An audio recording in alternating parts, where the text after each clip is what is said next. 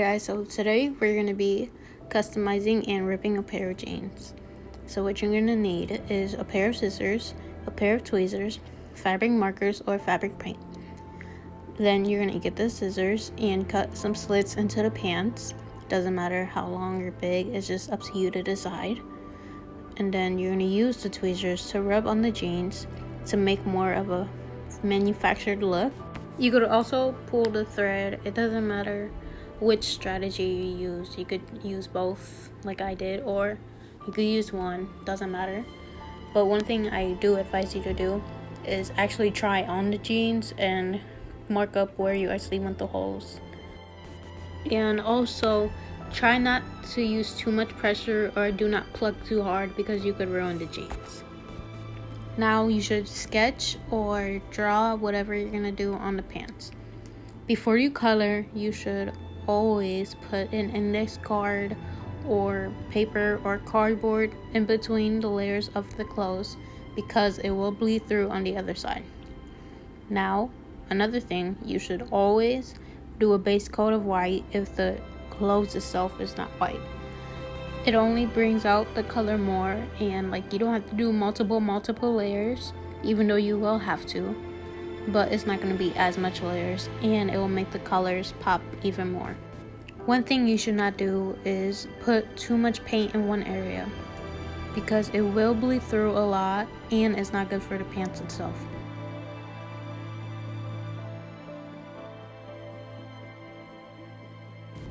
What I'm doing here is a rainbow flower that's going to have facial expressions, and I'm not just doing one, I'm going to do multiple across that one side of the pants. Now you don't actually have to do the same exact thing that I do. You could do whatever you choose.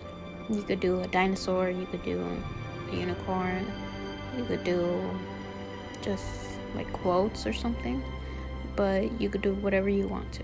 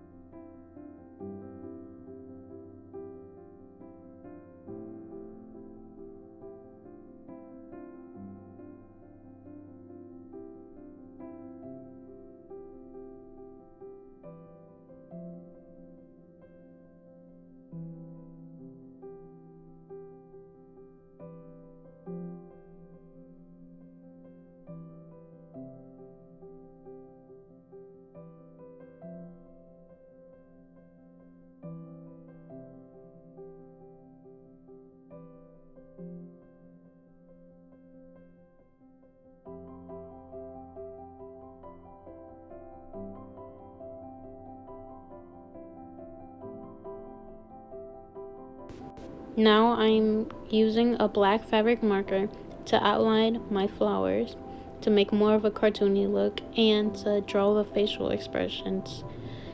Now if you do use paint and then outline it with a fabric marker of any color, then you should always wait until the paint fully dries because it could mess up the marker and the marker won't draw on as easily.